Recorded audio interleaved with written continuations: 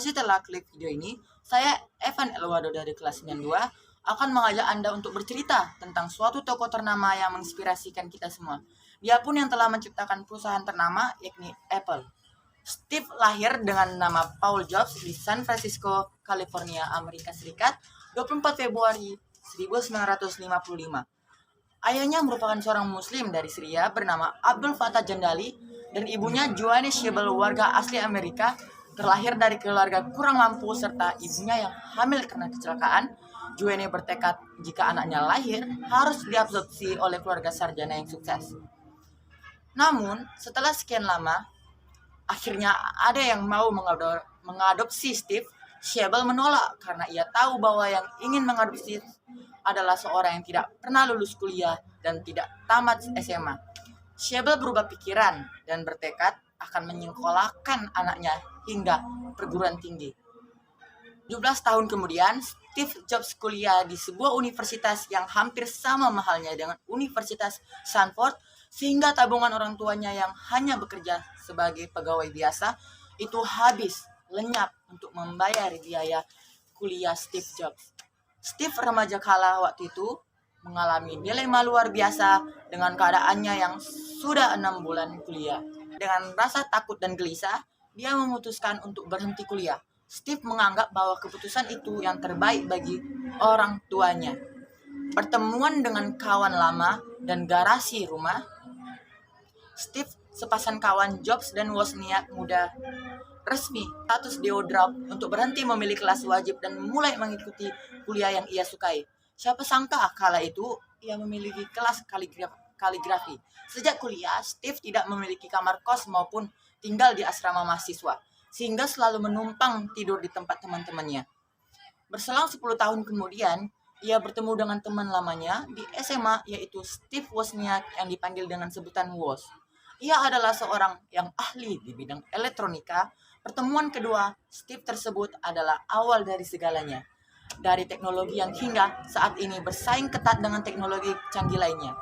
Tahun 1976, bersama rekannya Steve Wozniak, Jobs yang saat itu berusaha 21 tahun mendirikan Apple Computer, CEO di garasi miliknya keluarganya. Dengan susah payah mengumpulkan modal yang diperoleh dengan menjual barang-barang mereka yang paling berharga, usaha itu pun dimulai. Komputer pertama mereka, Apple I, berhasil terjual sebanyak 50 unit sebagai sebuah toko lokal.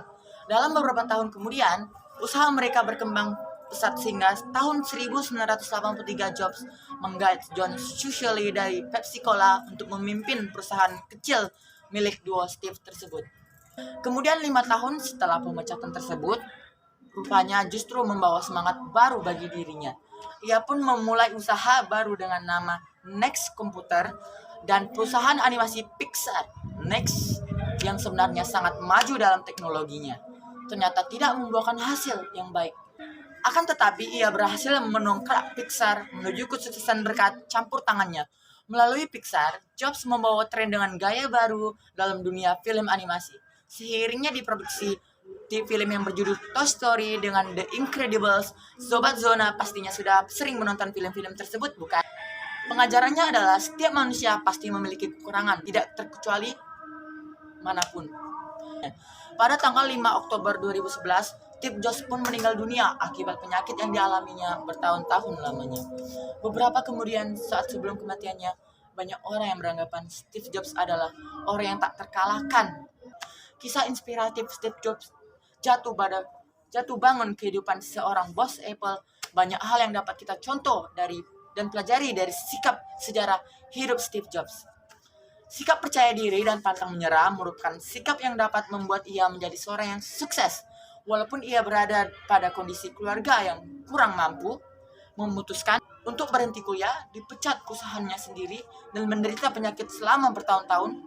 Kata-kata inspiratif yang pernah ia ucapkan adalah stay hungry, stay foolish, yang berarti kita harus terus haus akan pengetahuan, pengalaman, atau apapun itu untuk merubah hidup kita. Terus merasa bodoh bermakna. Kita harus merasa seperti orang-orang yang tidak tahu apa-apa, agar dapat dengan mudah menerima pengetahuan dan pengalaman berharga kita dalam kehidupan kita. Sekian, terima kasih dalam teks cerita saya.